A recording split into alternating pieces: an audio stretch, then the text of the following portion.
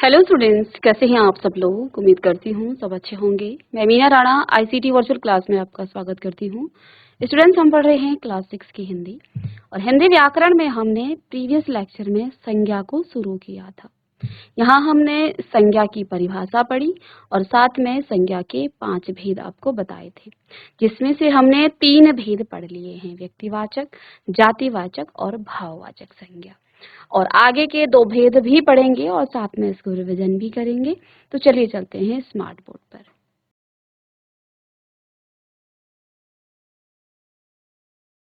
चलिए, तो स्टूडेंट्स, हमने प्रीवियस लेक्चर में संज्ञा की परिभाषा बताई थी और साथ में संज्ञा के 5 भेद आपको बताए थे। तो संज्ञा क्या होती है?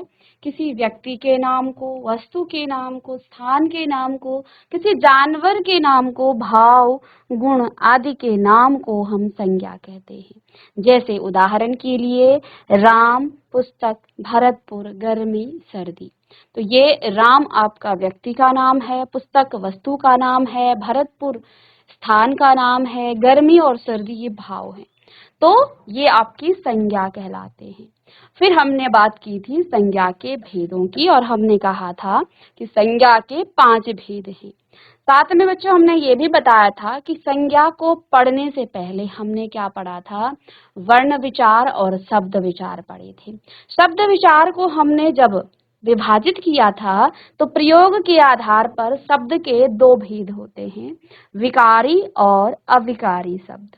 विकारी शब्द भी 4 प्रकार के होते हैं, जिसमें पहला है संज्ञा, सर्वनाम, क्रिया और विशेषण।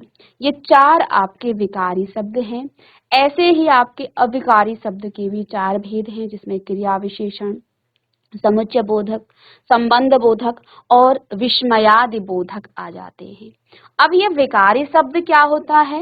विकारी शब्द का मतलब ये है, जब भी आप कोई शब्द लिखते हैं, जैसे आपने कहा लड़का, ये आपका क्या है? एक जातिवाचक संज्ञा है ना। तो आपने कहा लड़का खेल रहा है, ठीक है। तो अब इस लड़के में हमने कहा क्योंकि वो विकारी शब्द है, हमने एक वाक्य यहाँ पर आपको लिखा दिया, जैसे कि लड़का खेल रहा है, लड़का खेल रहा है, लड़का खेल रहा है। अब ये जो लड़का शब्द है, आप जानते हैं ये क्या है? ये आपका एक जातिवाचक संज्ञा है, ये आपका जातिवाचक संज्ञा है। लड़के से समस्त जाति का बोध कराता है, यानी कि ये एक संज्ञा है।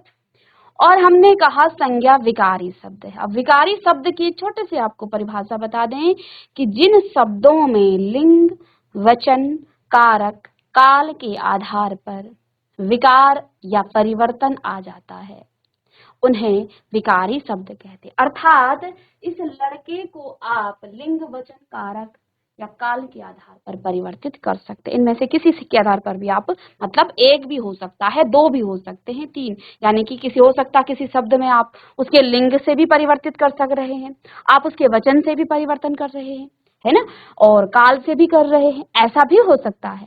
बट कुछ ना कुछ उसमें विकार आ जाता है। जैसे हमने कहा लड़का खेल रहा है, तो यहाँ पर लड़का क्या है? एक वचन है, पुल्लिंग में है, ठीक है। ये लड़का आपका क्या है? इस संज्ञा की क्या पहचान है? सबसे पहले तो ये एक संज्ञा है जो जातिवाचक संज्ञा है। आगे हम जब बड़ी क्लासेस में जाएंगे तो वहां हम पदों को पढ़ेंगे, हर पद के बारे में जानेंगे। तो बेटा ये आपका एक तो संज्ञा है जातिवाचक, दूसरा बेटा ये आपका क्या है? पुल्लिंग है, ये आपका पुल्लिंग है, और फिर तीसरा ये आपका एक वचन है। ये जातिवाचक है, ये पुल्लिंग है और ये एक वचन है। क्या हम इसके लिंग और वचन के आधार पर परिवर्तन कर सकते हैं? हाँ, हम लड़के को क्या लिख सकते हैं? लड़की लिख सकते हैं, लड़की खेल रही है। और एक वचन को आप बहुवचन में परिवर्तित कर सकते हैं, इसमें आप क्या लिख सकते हैं? लड़के खेल रहे हैं। साथ में आपकी जो क्रिया है वो भी परिवर्तित होगी, जो सहायक क्रिया है यहाँ पर वो भी परिवर्तित होगी। तो ये आपका क्या है? ये आपके विकारी शब्द हो गए। अब इसी विकारी शब्द में हम संज्ञा को पढ़ रहे हैं। तो हमें जानना है कि जब कोई संज्ञा आप लिखते हैं, जैसे हमने यहीं पर कह दिया कि बेटा ये आपकी क्या है, एक संज्ञा है। आपने कहा कि मैम ये संज्ञा का कौन सा भेद है, और हमें भेद ही नहीं पता। तो ये आपका संज्ञा का जातिवाचक संज्ञा है ये। तो जैसा कि आपको प्रीवियस लेक्चर में भी बताया था, पिछली क्लास में भी हमने पढ़ा था कि संज्ञा के निम्नलिखित 5 भेद हैं। व्यक्तिवाचक संज्ञा, जातिवाचक संज्ञा, भाववाचक संज्ञा, समूहवाचक, समुदायवाचक या समूहवाचक, दोनों ही एक ही बात है, जिसको आप अंग्रेजी में कलेक्टिव नाउन भी कहते हैं। द्रव्यवाचक संज्ञा, मटीरियल नाउन। तो ये आपके 5 भेद हैं। प्रीवियस लेक्चर में बेटा हमने बात की थी व्यक्तिवाचक संज्ञा। तो जिस संज्ञा से किसी एक ही व्यक्ति, वस्तु या स्थान विशेष का बोध हो, किसी विशेष का, है ना, वो व्यक्ति हो सकता है, किसी वस्तु के बारे में हम बात कर सकते हैं, या किसी विशेष स्थान के बारे में बात कर सकते हैं। तो जिस वस्तु से, जिस संज्ञा से किसी एक ही व्यक्ति, वस्तु या स्थान विशेष का बोध हो, उसे व्यक्तिवाचक संज्ञा कहते हैं। अब यहाँ पर अलग अलग चीजें पड़ी थी। व्यक्तियों के नाम जैसे राम, मोहन, सीता, कालू आदि। दिशाओं के नाम यानी कि जो हमारे पूरब, पश्चिम, उत्तर, दक्षिण हैं, ये भी व्यक्तिवाचक संज्ञा में ही आते हैं। देशों के नाम तो आ ही जाते हैं क्योंकि स्थानों के नाम हैं। राष्ट्रीय जो जातियां होती हैं उनके नाम भी, जैसे भारतीय, हम क्या हैं, भारतीय। हमारी जो एक जाति है, राष्ट्रीय जाति, हम भारतीय हैं। आप सुबह सुबह प्रार्थना भी गाते हैं कि हम सब भारतीय एक हैं। हमारी एक ही जाति है, चाहे हम किसी भी धर्म के हैं, हम लोगों की एक ही जाति है, भारतीय। चीन में रहने वाले जो लोग हैं उन सब की एक ही जाति है, वो है चीनी। और ऐसे ही जापानी और अन्य देशों की भी अपनी अपनी जाति है। तो ये जो हम राष्ट्रीय जातियां लिखते हैं वो भी आपके व्यक्तिवाचक संज्ञा में, क्योंकि किसी विशेष देश के बारे में बात कर रहे हैं। यहाँ पर एक जो विशेष शब्द है, इस पर आप जो है विशेष ध्यान देंगे, क्योंकि विशेष का नाम हम यहाँ पर कह रहे हैं। तो देखो, हमने दिशाओं के नाम का, हमने कहा पूरब, तो बेटा पूरब एक विशेष दिशा का नाम है। पश्चिम, उत्तर, दक्षिण, ये अलग अलग हम दिशाओं के नाम कह रहे हैं, ये विशेष का नाम है ना। ऐसे नदियों के नाम, तो किसी नदी के नाम को, जैसे गंगा, यमुना, कावेरी, कृष्णा, घाघरा, ये सभी आपके क्या हैं, विशेष हैं, क्योंकि इनके नाम हैं। और यदि हम नदी कहें सिर्फ, तो नदी तो आपकी जाति हो जाएगी, नदी में सभी नदियां आ जाती हैं। लेकिन जब हम गंगा की बात करेंगे तो गंगा की ही बात करेंगे, किसी विशेष नदी के बारे में ही हम बात करेंगे। हमने यमुना की बात की, हमने यमुना की विशेषता बताई, तो हम यमुना के बारे में ही, किसी विशेष नदी के बारे में ही बात कर रहे हैं। समुद्रों के नाम में तो हम किसी विशेष समुद्र की बात कर रहे हैं, किसी विशेष समुद्र का हमने नाम लिख लिया, जैसे अरब सागर, प्रशांत महासागर, हिंद महासागर, और ऐसे ही अनेक प्रकार के सागर। तो ये भी आपके किस में आ जाएंगे, ये आपके व्यक्तिवाचक में आएंगे। पर्वतों के जब हम नाम लिखते हैं तो व्यक्तिवाचक में आते हैं। नगरों के नाम तो आते ही हैं। फिर समाचार पत्रों के नाम आ जाते हैं। पुस्तकों के नाम जैसे आपका रामायण, रजत रंगिनी, मेघदूत, और आपकी भी जो अलग अलग पुस्तिकाएं होंगी वो भी। अब देखिए, जब हम बात करेंगे पुस्तक, तो पुस्तक में सभी आ जाते हैं, वो पूरी जाति का बोध कराता है। आपकी बैग में जितने, या आपकी क्लास में, या जितने भी आपके पास बुक हैं, या पूरे स्कूल के बच्चों के पास बुक है, सबके लिए बुक आप पुस्तक ही कहेंगे। लेकिन किसी विशेष पुस्तक का नाम जब आप बता देते हैं तो वो व्यक्तिवाचक संज्ञा में आता है। जैसे हमारी जो एक पवित्र पुस्तक है, जो एक पवित्र ग्रंथ है रामायण, ठीक है, तो ये भी आपका क्या है, जातिवाचक, आपका व्यक्तिवाचक में आता है। रजत रंगिनी, ये भी आपका, और मेघदूत। दिनों के नाम जैसे सोमवार, किसी विशेष दिन की बात कर रहे हैं ना, यहाँ पर हमने कहा था ना कि विशेष पर ही आप ज्यादा विशेष ध्यान देंगे, तो किसी विशेष की बात होगी। सोमवार तो किसी विशेष दिन की बात हो रही है, मंगलवार किसी विशेष दिन की बात, शनिवार तो हम किसी विशेष दिन की बात कर रहे हैं, तो ये भी आपका व्यक्तिवाचक में आ जाता है। महीनों के नाम तो किसी विशेष महीने की आप बात कर रहे हैं, जैसे आपने कहा कि फरवरी सबसे छोटा महीना होता है, तो ये भी यहाँ पर भी आप किसी विशेष महीने की ही बात कर रहे हैं। ग्रह एवं नक्षत्रों के नाम, जो हमारी ग्रह हैं और नक्षत्र हैं, हमारे आकाश में जो है अनेक प्रकार के ग्रह हैं और नक्षत्र हैं, तो हमने किसी विशेष ग्रह का नाम, जैसे हमने कहा ये हमारी पृथ्वी है, ठीक है। तो हमारी पृथ्वी है, तो पृथ्वी क्या है, ऐसी विशेष ग्रह का नाम है। तो मैंने कहा ना, विशेष पर ही आप विशेष ध्यान देंगे, और कुछ चीजें रटनी नहीं है, यहाँ से हमें बहुत सारी चीजें पता चलती हैं। और साथ में देखिए, ग्रह नक्षत्रों के नाम नाम हो गए, त्योहारों के नाम भी विशेष होते हैं। जैसे हमने कहा होली, तो होली की ही बात कर रहे हैं ना, किसी विशेष त्योहार की ही तो बात कर रहे हैं। तो यहाँ पर किसी विशेष का आपको विशेष तरीके से ध्यान देना है कि जब भी हम किसी विशेष की बात करेंगे, किसी विशेष महीने का, दिन का, त्योहार का, ग्रह नक्षत्र का, दिशाओं का, समुद्र का, पर्वत का, नदियों का, राष्ट्रीय जातियों का, देशों का, दिशाओं, ये सभी जो है आपके किस में आ जाते हैं, समाचार पत्र हो गए, है ना। तो हम किसी विशेष की बात करें, जैसे किसी आपके बच्चे क्लास में किसी बच्चे ने कहा हमारे वहां तो अमर उजाला आता है भाई, और किसी दूसरे ने कहा हमारे वहां तो दैनिक जागरण आता है। तो वो क्या है, विशेष आपके समाचार पत्रों के नाम हैं। तो उन नामों से आप उनकी पहचान कर रहे हैं, किसी विशेष के बारे में बात कर रहे हैं। आपने ये तो नहीं कहा कि हमारे घर में जो है समाचार पत्र आते हैं, आपने किसी विशेष समाचार पत्र का नाम बोल दिया है, और जहां आप नाम बोलते हैं वहीं आपका व्यक्तिवाचक संज्ञा आ जाता है। ठीक है, आइए जातिवाचक की बात करते हैं। बात हम पहले भी कर चुके थे, लेकिन एक बार हम इसको रिविजन करते हुए चलेंगे। तो जाति में क्या होता है, समस्त जाति का बोध होता है, चाहे वो वस्तु हो या किसी कोई और चीज हो। तो देखिए, जो शब्द, जो संज्ञा शब्द किसी एक ही प्रकार की, अब जाति भी ऐसे नहीं सारी जातियां नहीं, एक ही प्रकार की व्यक्ति या वस्तु का बोध कराते हैं, उन्हें हम जातिवाचक संज्ञा कहते हैं, उन्हें हम जातिवाचक संज्ञा कहते हैं। जैसे आपका लेखक हो गया, पुस्तक हो गया, घोड़ा हो गया, है ना, गाय, कौवा, तोता, मोर, कुर्सी, मेज, आम, शीशम, तूफान, बिजली, वर्षा, भूकंप, फूल, ये सभी आपके क्या हैं, जातिवाचक संज्ञा हैं।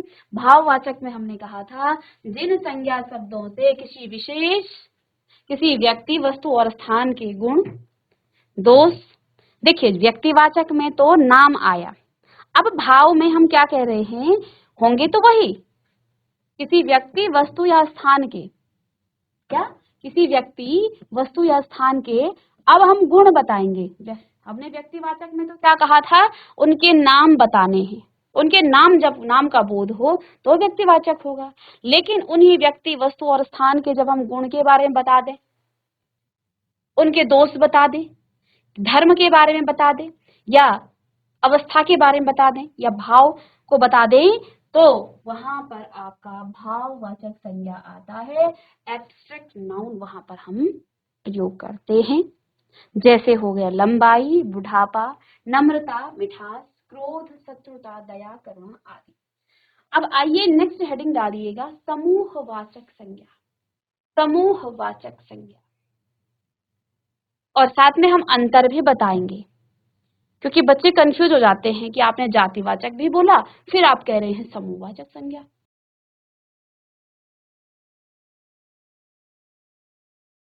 तो जिन संज्ञा शब्दों से व्यक्तियों या वस्तुओं के, जिन संज्ञा शब्दों से व्यक्तियों या वस्तुओं के समूह का बोध हो, उन्हें समूहवाचक संज्ञा कहते हैं।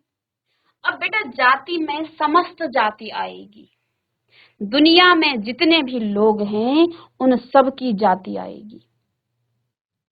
जैसे सभा, आपने देखा होगा जब सभा बैठती है तो कुछ लोग होते हैं, कुछ लोगों की सभा बैठती है।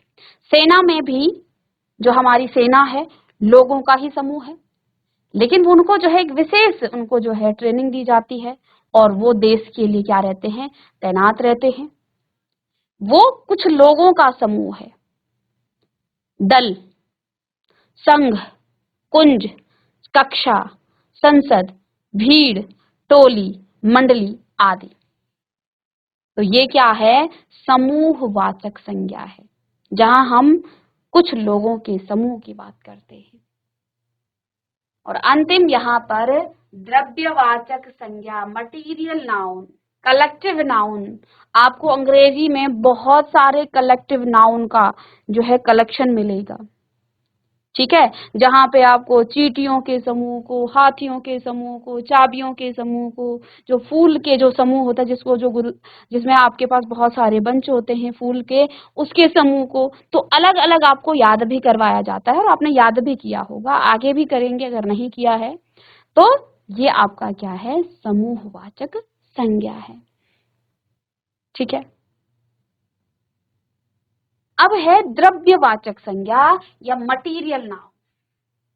द्रव्य का अर्थ सिर्फ द्रव्य से नहीं, कई बार बच्चों द्रव्य का अर्थ जो है तरल वस्तु से ही समझते हैं, तो ध्यान देंगे द्रव्यवाचक संज्ञा जिस संज्ञा से हम नाप तोल वाली वस्तुओं का, देखो दो चीजें देखनी है, जिसको आप नाप सकते हैं और तोल सकते हैं, नाप तोल वाली वस्तुओं का बोध हो, वे आपके क्या कहलाते हैं बेटा, वे आपके कहलाते हैं द्रव्यवाचक, जिनको आप नाप सकते हैं और तोल सकते हैं। जैसे आप कहेंगे दूध, दही, मक्खन, पानी, इस तरह से ना, नाप तोल क्या किस चीज का, आप देखो सोने को भी आप नाप सकते हैं, है ना, आप चांदी को भी तोलते हो ना, सोने को आप सॉरी तोल सकते हो, है ना, आप लोहे को भी तोल सकते हो, पानी को भी, घी को भी, मिट्टी, फल, अनाज। ठीक है, तो इनका नाप तोल आप कर सकते हैं, तो ये आपकी क्या है, ये आपके द्रव्यवाचक संज्ञाएं हैं। जैसे आप कहेंगे कि फल तो आपका तरल है ही नहीं, द्रव्य से यहाँ तरल से मतलब नहीं है, द्रव्य का अर्थ यहाँ पर नाप तोल से है।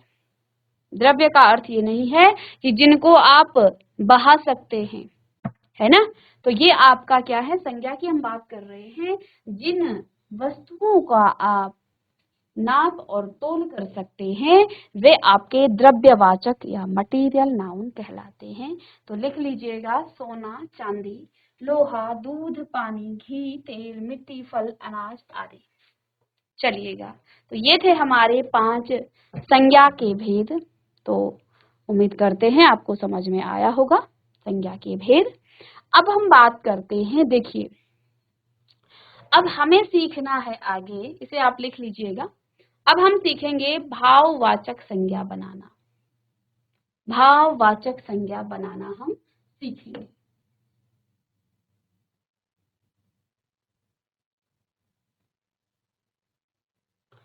भाववाचक संज्ञा आप किन किन से बना सकते हैं? सबसे पहले तो आप जातिवाचक संज्ञा से भाववाचक बना सकते हो, यानी कि आपके पास कोई जातिवाचक संज्ञा दी गई होगी, आप उसमें परिवर्तन कर सकते हैं, उससे आप भाववाचक संज्ञा बना सकते हैं। फिर आप सर्वनाम से बना सकते हैं, फिर आप विशेषण से बना सकते हैं, एवं आप क्रिया विशेषण शब्दों से भी भाववाचक संज्ञा आप बना सकते हो। तो जातिवाचक संज्ञा, सर्वनाम, विशेषण एवं क्रिया शब्दों से भाववाचक संज्ञा बनाया जा सकता है या बन सकता है। चलिएगा,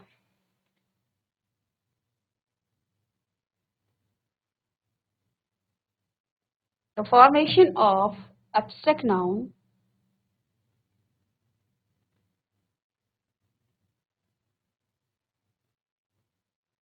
तो आइए बच्चों, यहाँ पर आपके पास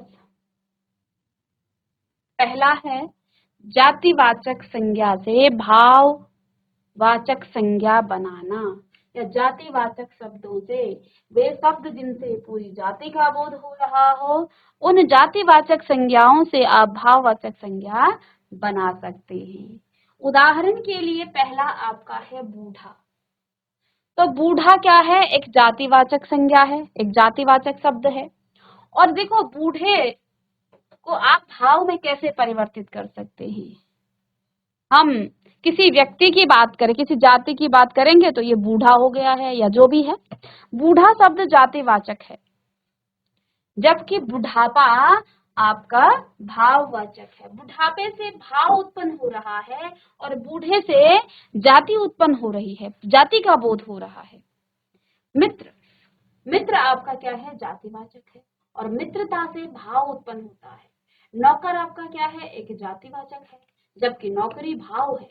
जवान आपका जातिवाचक है और जवानी आपका भाव है। लड़का आपका जातिवाचक है और लड़कपन भाव है। दास जातिवाचक, दासता आपकी भाव है। शत्रु और शत्रुता आपकी भाव हो जाएगा। ऐसे ही मनुष्य आपका क्या है, एक जातिवाचक संज्ञा है और मनुष्यता आपका भाववाचक है। कलाकार आपका जातिवाचक और कलाकारी भाववाचक। बालक आपका जातिवाचक और बालकपन आपका क्या है, भाववाचक संज्ञा है। ठीक है, तो ये आपके जातिवाचक संज्ञा से भाववाचक संज्ञा में परिवर्तन है। जल्दी से इसे आप नोट कीजिएगा और फिर हम आगे सर्वनाम शब्दों से भाववाचक संज्ञा बनाना सीखेंगे। चलिए,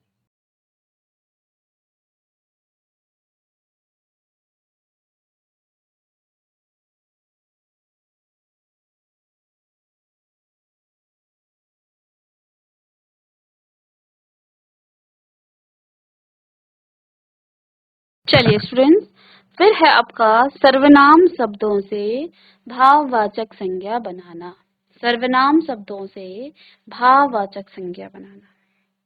तो सर्वनाम से आप भाववाचक कैसे बनाएंगे? जैसे सर्वनाम का सर्व से सर्वस्व हो गया, निज से निजत्व या निजता है, स्व आपका सर्वनाम है और स्वतत्व आपका क्या है, भाववाचक है। पराया सर्वनाम, परायापन आपका भाववाचक। अपना, अपनत्व या अपनापन, ये आपका क्या है, भाववाचक है।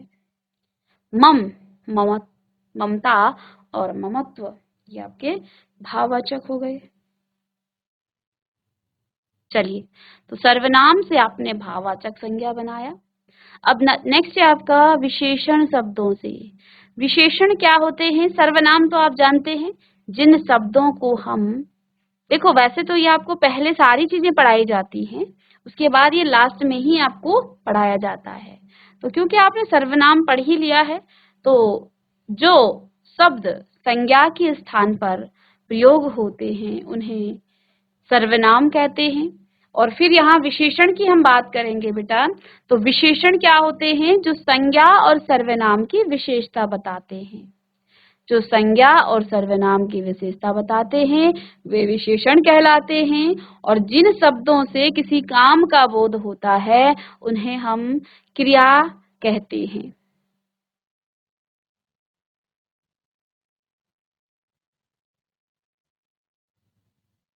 तो चलिए, संज्ञा का प्रयोग वाक्य में प्रयुक्त, अभी हम इनको बाद में करेंगे, जो आपका विशेषण और सर्वनाम से है, क्योंकि पहले हम एक बार इसको पढ़ लें, संज्ञा को, सर्वनाम को, क्रिया, विशेषण, सभी चीजों को पढ़ने के बाद ही हम परिवर्तन कर पाएंगे। ठीक है, संज्ञा और सर्वनाम आपने पढ़ लिया है, इसलिए हमने भाववाचक में परिवर्तित किया है। ठीक है, या फिर आप देख भी सकते हैं विशेषण, जैसे आपका लाल हो गया है ना, तो ललिमा, लालिमा, सुंदर, सुंदरता, सफेद, सफेदी, चंचल, चंचलता, इसको अभी सुन लीजिएगा सिर्फ। काला, कालिमा, ये भाव है। हरा आपका विशेषण है और ये आपका भाव है, हरियाली। चतुर आपका क्या है, ये आपका विशेषण है और चतुरता और चतुराई आपका भाव है।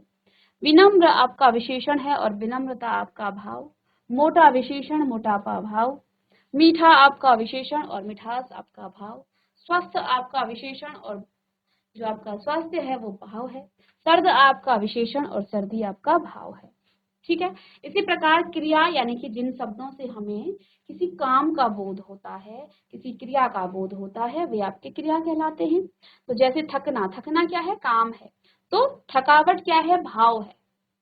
मारना ये काम है, लेकिन मार क्या है, भाव है। जीतना काम है और जीत आपका भाव है।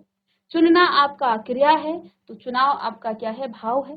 सजाना आपका क्रिया है और सजावट आपका भाव है। हंसना आपका क्रिया है और हंसी आपकी क्या है, भाव है। भूलना क्रिया और भूल आपका भाव। इसके बाद दौड़ना आपका क्या है, क्रिया, और दौड़ आपका भाव। खेलना क्रिया और खेल आपका भाव। उड़ना, उड़ान, ये सभी आपके क्या हैं, भाववाचक संज्ञा में हमने परिवर्तन किया। आगे हम एक एक करके सभी को पढ़ेंगे। जैसे सर्वनाम के तो आप पढ़ चुके हैं, फिर हम विशेषण पढ़ेंगे, क्रिया पढ़ेंगे, फिर क्रिया विशेषण पढ़ेंगे, संबंध बोधक, विस्मयादि बोधक, है ना। और समुच्चय बोधक सभी को हम एक एक करके पढ़ेंगे। फिर नेक्स्ट क्लास में बेटा हम संज्ञाओं का प्रयोग पढ़ेंगे कि आप कैसे संज्ञा, कभी कभी हम क्या करते हैं, व्यक्तिवाचक संज्ञा को जातिवाचक के रूप में लिख देते हैं, कभी कभी हम जातिवाचक संज्ञा को व्यक्तिवाचक के रूप में लिख देते हैं। और साथ में कुछ यहाँ पर अभ्यास प्रश्न, और उसके बाद नेक्स्ट जो आपका टॉपिक होगा उसको हम डिस्कस करेंगे। तो चलिए आज के लिए बस इतना ही।